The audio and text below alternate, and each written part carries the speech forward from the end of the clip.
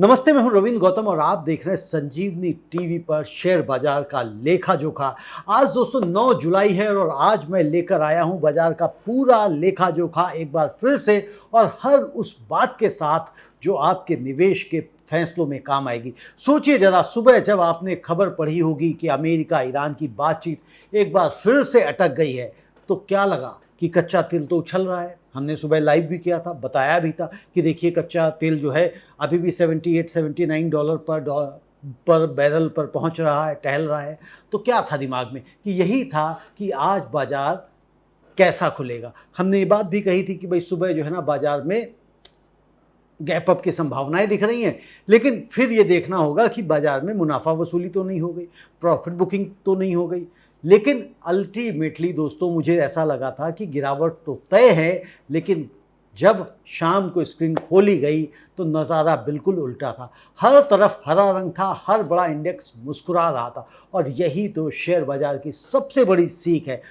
जब डर लगता है तो वो चीज़ हमेशा सच नहीं होती। और आज हम आपको बताएंगे कि इस उलटफेर के पीछे कहानी क्या है, कौन से सेक्टर ने बाजी मारी, कौन पीछे रह गया, और कौन से 5 शेयर आज टॉप 5 यानी कि हीरो बने, और कौन से 5 विलेन बने, और सबसे जरूरी कल के लिए क्या रणनीति होनी चाहिए। और जो कल भयंकर गिरावट हुई थी, 8 लाख करोड़ रुपए जो स्वाहा हो गए, तो आज ये हरियाली कैसे आ गई, और इस हरियाली के बावजूद भी निफ्टी अपना 24,000 का साइकोलॉजिकल जो लेवल है उसको रीगेन क्यों नहीं कर पाया। तो चलिए बिना समय गंवाए सीधा बाजार के दिल में चलते हैं। और हाँ, इस पूरी वीडियो में हम आपको वो सब कुछ बताएंगे जो सिर्फ नंबर नहीं बल्कि उन नंबरों के पीछे की कहानी है। क्योंकि आंकड़े तो आप कल तक भूल भी जाएंगे, लेकिन अगर आपको ये समझ आ गया कि बाजार सोचता कैसे है, जी हाँ बाजार सोचता कैसे है, तो यह सीख हमेशा आपके साथ रहेगी। और कितनी बार ऐसा हुआ होगा, सुबह न्यूज़ चैनल पर एक भारी भरकम हेडलाइन आपने देखी,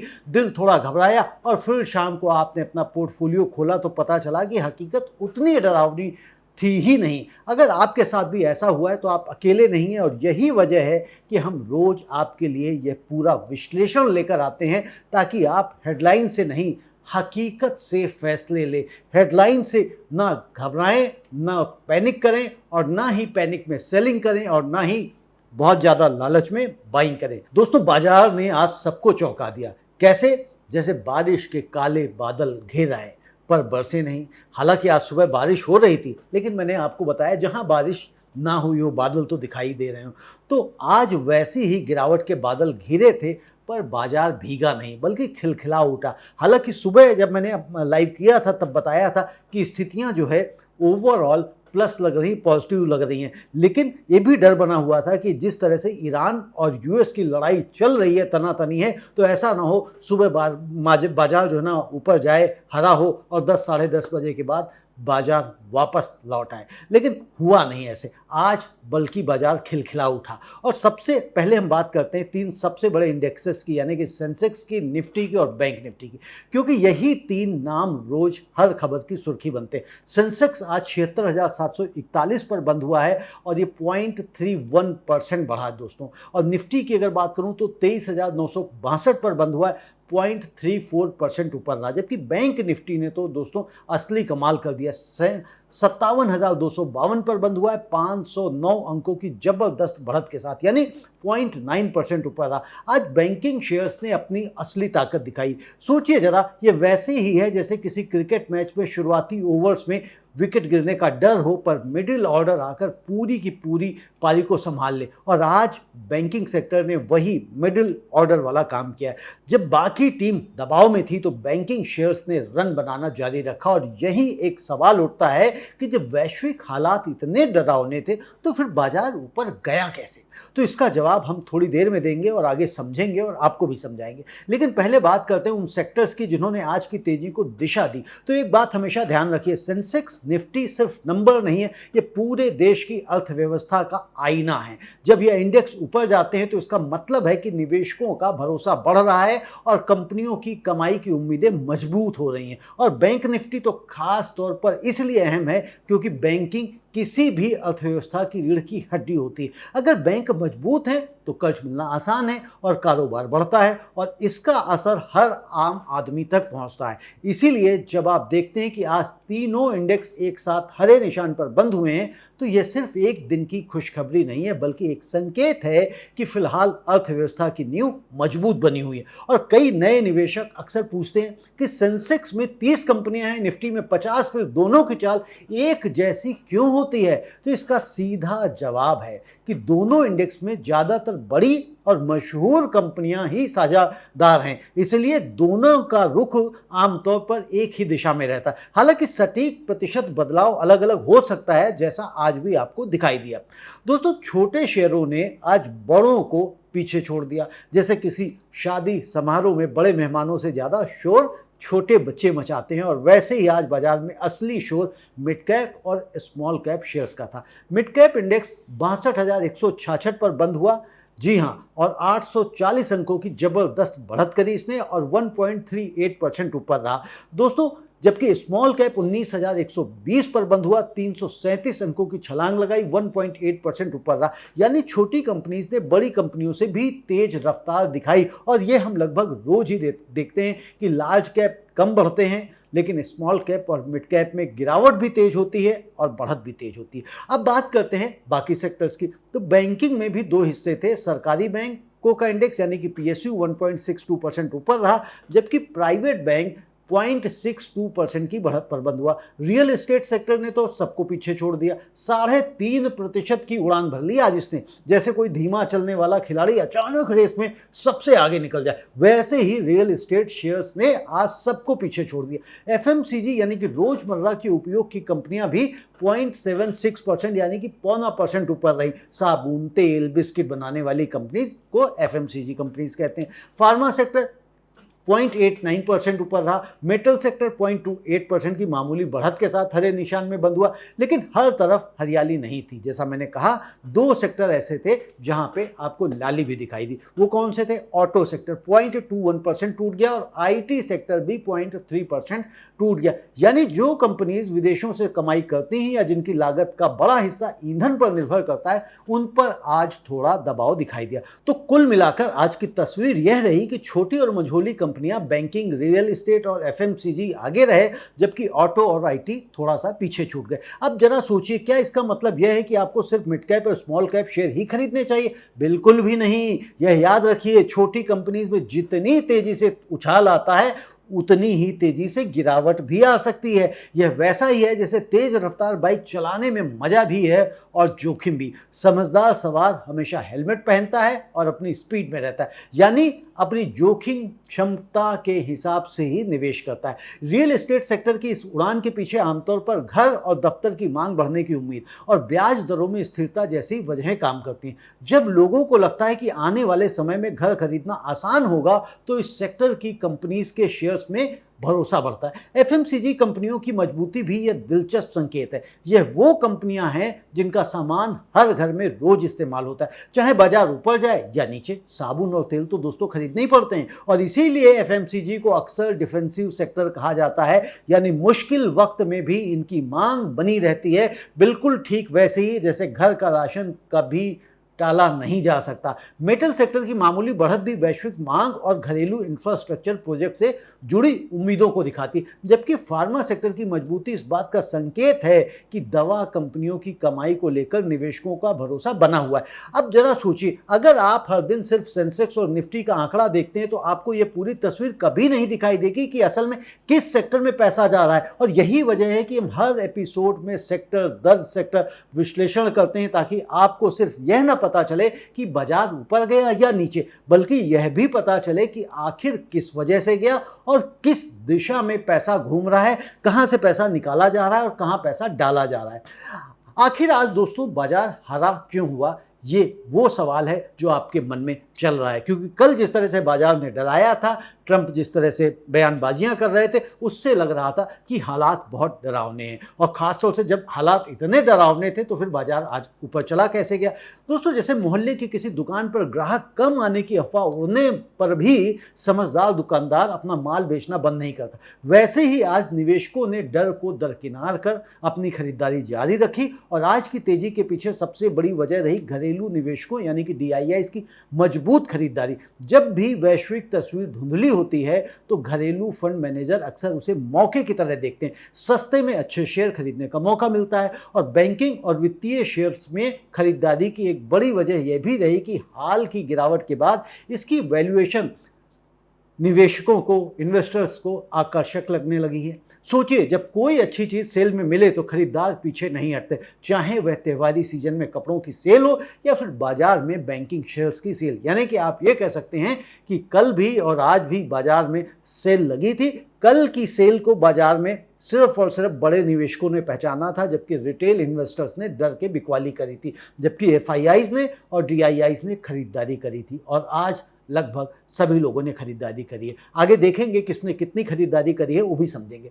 मिड कैप और स्मॉल कैप में तेज उछाल यह भी हमको दिखाता है कि निवेशकों का भरोसा सिर्फ बड़ी और नामी कंपनियों तक सीमित नहीं है, छोटी और मंझोली कंपनियों पर भी दांव लगाया जा रहा है। और यह आमतौर पर दोस्तों एक स्वस्थ और चौड़े आधार वाले बाजार की निशानी मानी जाती है। चौड़ा आधार यानी कि ब्रेड्थ जब बड़ी हो जाती यानी कि एडवांस ज़्यादा होते हैं और डिक्लाइन कम होते हैं तो उसको चौड़ा आधार कह सकते हैं, ब्रेड्थ। दूसरी तरफ दोस्तों, ऑटो और IT सेक्टर में जो आज हल्की सुस्ती दिखाई दी है वह वैश्विक मांग को लेकर चिंता और कच्चे तेल की बढ़ती कीमतों से जुड़ी लागत के दबाव को दिखाती है। जैसे जैसे ईंधन महंगा होता जाता है, ऑटो कंपनीज का उत्पादन लागत बढ़ती है और यही चिंता आज उनके शेयर्स पर दिखाई दी। यानी आज का बाजार दो अलग अलग कहानियां एक साथ सुना रहा था। एक तरफ घरेलू भरोसे की मजबूती और दूसरी तरफ ग्लोबल अनसर्टेनिटी की छाया। और आज घरेलू भरोसे ने बाजी मार ली। यहाँ एक बहुत जरूरी बात समझनी होगी, बाजार कभी भी सिर्फ एक वजह से नहीं चलता, यह हमेशा कई ताकतों की रस्साकसी होती है।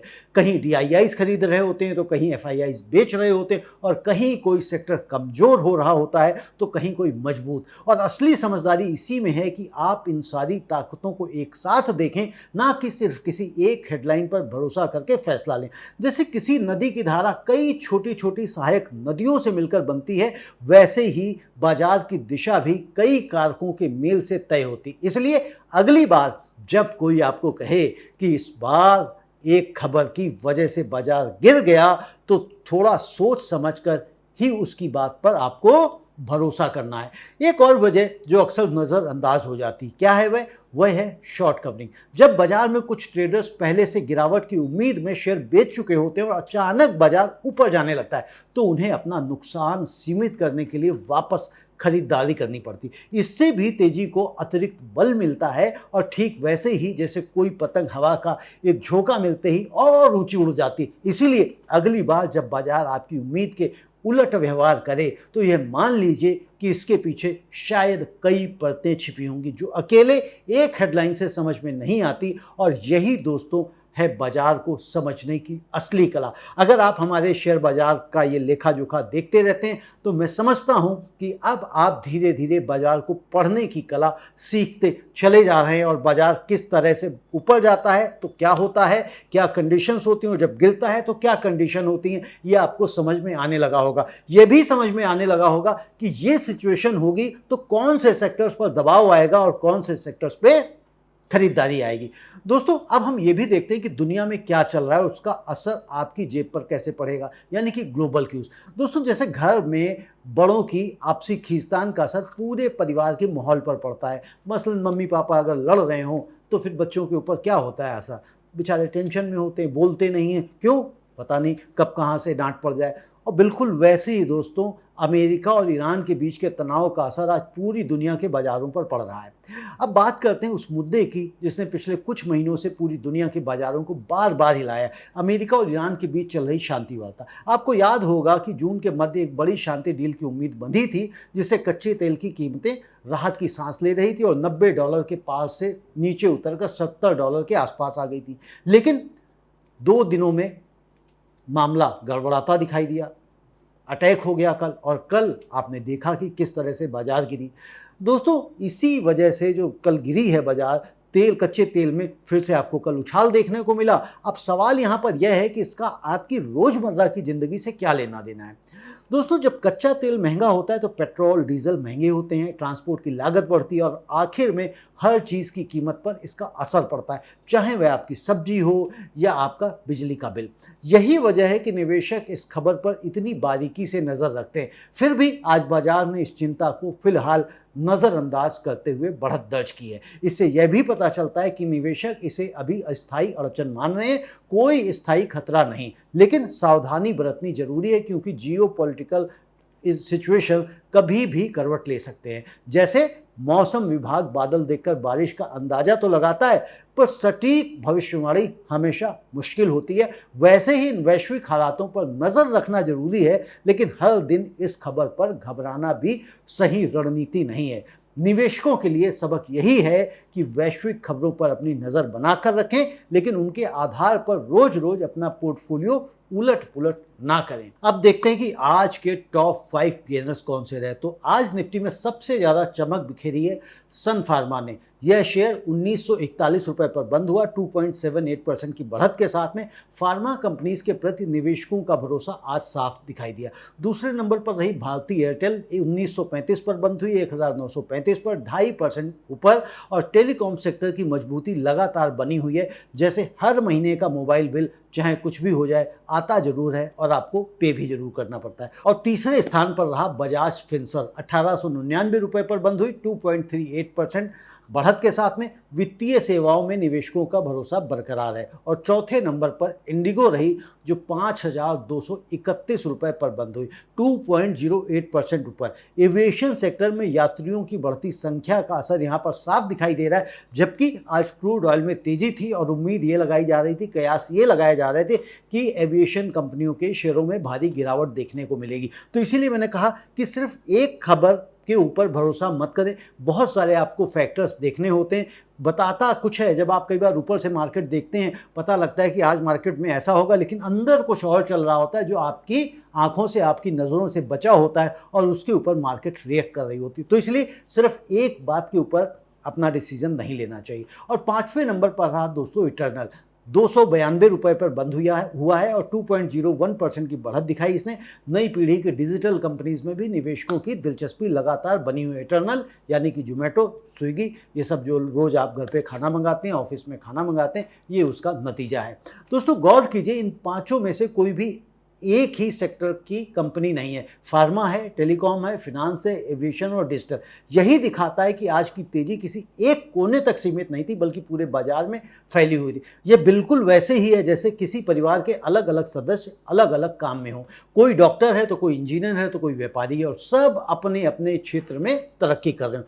दोस्तों जब तरक्की सिर्फ एक ही व्यक्ति तक सीमित ना होकर पूरी परिवार में फैली होती है तो वह खुशी कहीं ज़्यादा मजबूत और भरोसेमंद होती है और पूरी फैमिली प्रॉस्पर कर रही होती। लेकिन अगर इसी का उल्टा, अगर 3 लोग हैं, 3 भाई हैं, एक ही फैमिली में रहते हैं, 2 प्रॉस्पर कर रहे होते हैं और एक नहीं कर रहा होता है या बेरोजगार होता है, तो वहां पे थोड़ी सी रौनक कम होती है। अब दोस्तों आगे बढ़ते हैं और देखते हैं कि टॉप 5 लूजर्स कौन से हैं। बिल्कुल वैसे ही दोस्तों जैसे किसी परिवार की खुशियों के बीच भी एक कोना उदास रह जाता है, वैसे ही आज की तेजी के बीच भी कुछ शेयर पिछड़ गए। जी हाँ, और आज सबसे बड़ी गिरावट डॉक्टर रेड्डीज में देखने को मिली। ये 1271 रुपए पर बंद हुआ है, 5.77% टूटकर। फार्मा सेक्टर के बाकी शेयर्स की मजबूती के बावजूद यह कंपनी अकेले दबाव में रही, जो दिखाता है कि हर तेजी में भी कुछ कंपनियां अपनी अलग अलग वजहों के कारण पीछे रह जाती हैं। दूसरे नंबर पर मारुति सुजुकी 13,709 पर 0.2% गिरावट के साथ में ऑटो सेक्टर की सुस्ती का असर यहां साफ दिखा। और तीसरे स्थान पर ONGC 243 रुपए पर बंद हुई, 1.42% गिरावट के साथ में।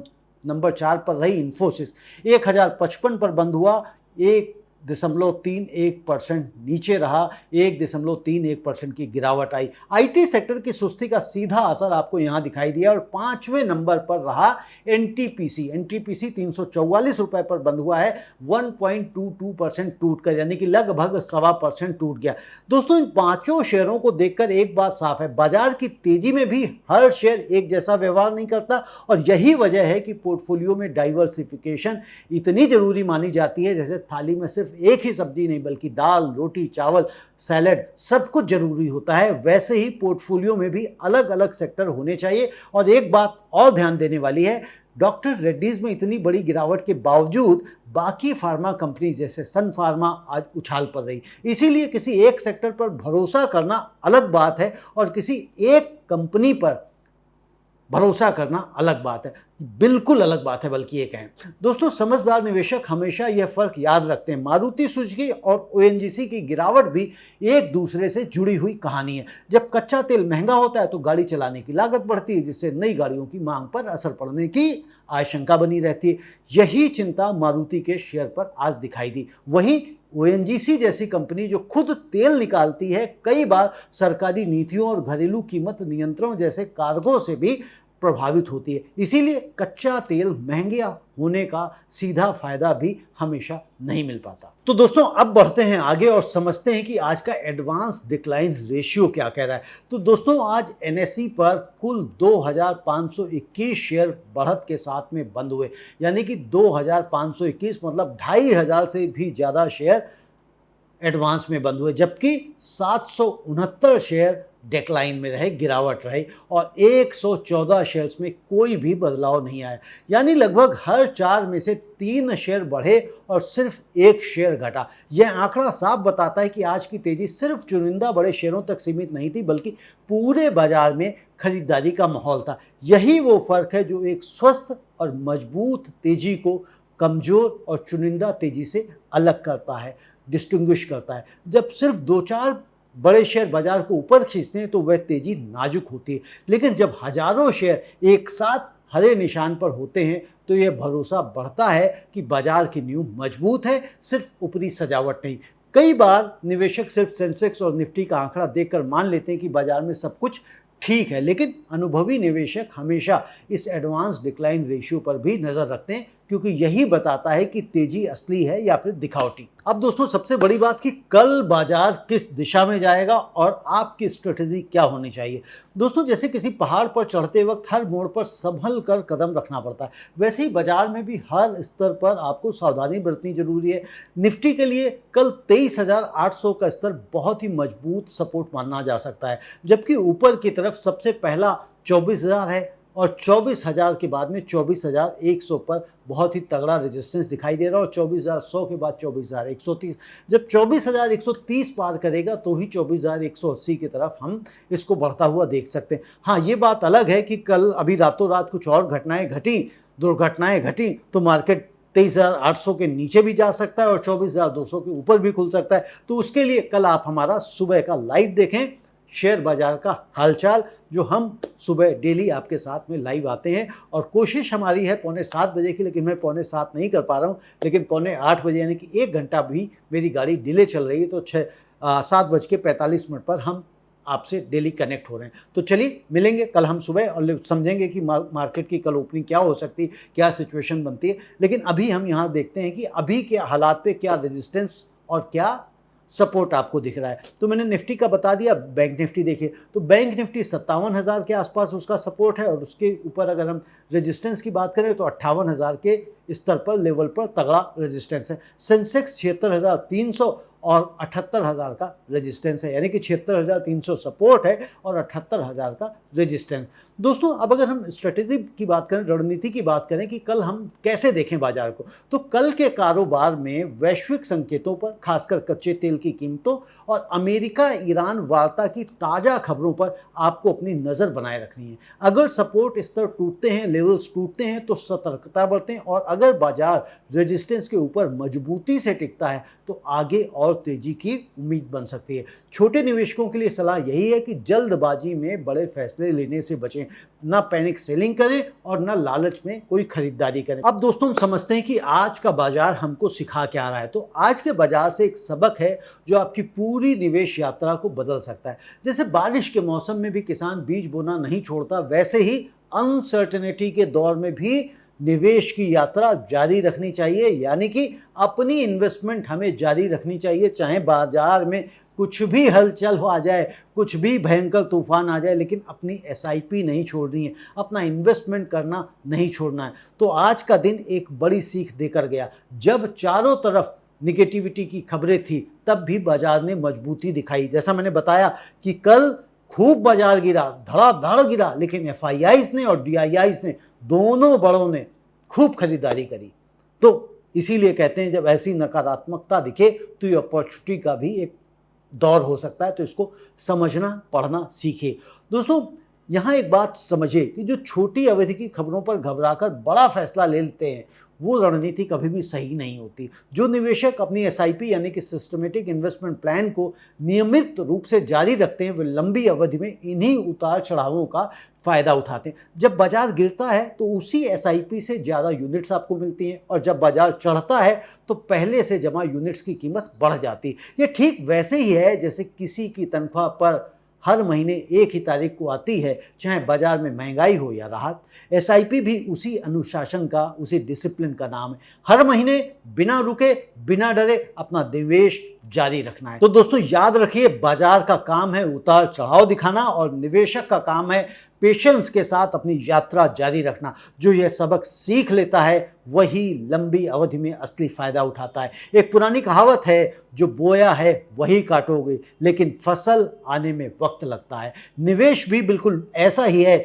आज जो डिसिप्लिन आप दिखाते हैं उसका फल कल नहीं बल्कि कई सालों के बाद मिलता है। इसलिए रोज रोज की उठापटक से ज़्यादा जरूरी है अपने टारगेट पर नज़र बनाए रखना। और आखिर में एक आखिरी बात, निवेश की दुनिया में सबसे बड़ा नुकसान गिरावट से नहीं होता है। किससे होता है? घबराहट में लिए गए गलत फैसलों से। इसलिए अगली बार जब भी कोई डरावनी हेडलाइन देखें, गहरी सांस लें, आज का ये उदाहरण आप याद रखें और फिर फैसला लें। तो दोस्तों ये था आज का हमारा शेयर बाजार का लेखा जोखा। अगर अभी तक आपने हमारे संजीवनी टीवी को सब्सक्राइब नहीं किया तो चैनल को सब्सक्राइब करें, वीडियो को लाइक करें और इसे ज़्यादा से ज़्यादा अपनी कम्युनिटी में शेयर भी करें, ताकि आपके मित्रगण, आपके रिश्तेदार भी एक अच्छा निवेशक बन सकें, इन्फॉर्म्ड इन्वेस्टर बन सकें। क्योंकि हमारा काम है आपको एक बढ़िया इन्वेस्टर बनाना, ना कि कोई करोड़पति बनाना, वो भी रातों रात। करोड़पति आप बन सकते हैं लेकिन उसके लिए लंबी यात्रा तय करनी पड़ेगी। और जो रातों रात करोड़पति बनने का सपना देखते हैं वो अपनी कैपिटल को गंवा देते हैं, डुबो देते हैं। कोई भी फॉर्मूला नहीं है रातों रात आपको करोड़पति बनाने का, कोई भी फॉर्मूला नहीं है रातों रात अमीर बनने का। जिन लोगों ने इस चक्कर में, इस लालच में शेयर बाजार में कूदे और ऑप्शन ट्रेड में उतरे, उन्होंने अपनी कैपिटल खोई ही है।